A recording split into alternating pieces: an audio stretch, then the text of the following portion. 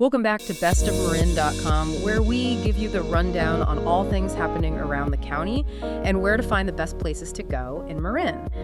Today, we are taking a deep dive into Mill Valley. It's this kind of magical enclave where, ancient redwoods basically meet rock and roll. Yeah, and world-class trails, too. Right, exactly, like trails that literally start right at your front door.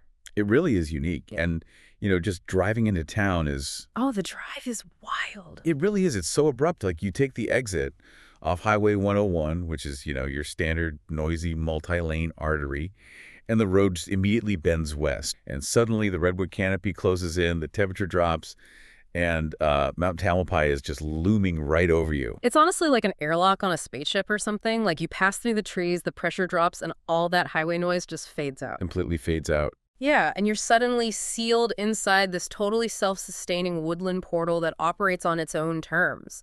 But looking at the history of it, how did it actually stay that way? I mean, why didn't it just turn into another sprawling suburb like everywhere else? Well, it really comes down to the topography and transit, actually. So the area sits on ancestral coastal Miwok land and was incorporated back in 1900. And because it rests right at the base of the mountain, the steep redwood canyons physically prevented that kind of grid-based suburban sprawl. Early development was dictated by this scenic mountain railway. They didn't level the forest to build the town. They had to wedge it in? Right, they wedged it right into the natural contours of the landscape. Which forces this really dense, compact layout, But usually when a town is geographically cut off in the words like that, it becomes a sleepy, isolated cabin community. A ghost town, almost. Yeah.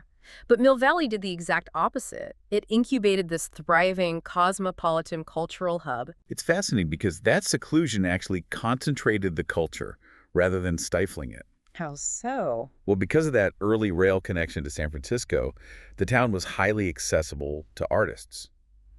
Musicians looking for an escape that wasn't totally off the grid.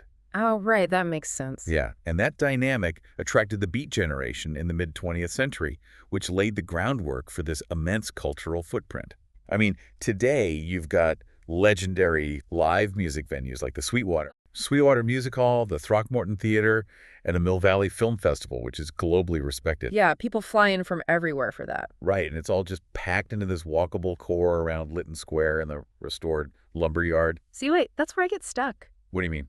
Well, when you combine a globally recognized film festival, legendary rock venues, and, gorgeous real estate, those towns usually turn into glossy, over-designed Hollywood playgrounds. So how does Mill Valley avoid feeling like a theme park for the elite? It still has that lived-in local market vibe. Well, it survives because the commercial core is physically capped by that same landscape. There's just literally no room to build massive luxury complexes, which preserves this necessary mix of everyday infrastructure. So it forces them to keep the basics. Yeah, like right next to those famous venues. You still have historic train depots acting as local bookstore cafes and longtime neighborhood markets. Right. The layout just enforces a lived-in priority. It has to function for the people who actually live there year-round. And that local priority doesn't just stay in the cafes, It physically spills right out and straight up the mountain. The Dipsea Trail starts directly on a downtown sidewalk. Just right there in the middle of town. Yeah, you're standing on pavement, and suddenly you're just ascending a mountain. Because the trails are seamlessly integrated into the civic grid. Which makes for an incredibly efficient layout if you're, say, planning out a perfect Saturday. Oh, for sure. You don't need some massive expedition to get into the wild.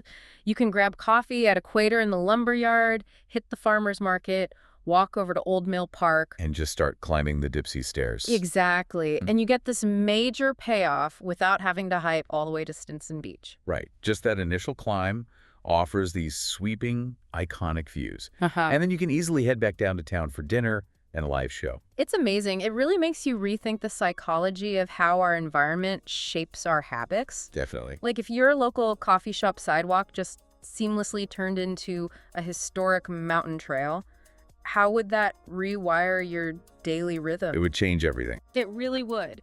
When nature isn't something you drive to on the weekend, but is literally the staircase behind your grocery store, it just has to change your perspective on life. Think about that next time you drive through the trees and feel that airlock seal behind you. Don't forget to sign up to our email list for updates on our next episode and latest events. Until next time, we will catch you on bestofmarin.com.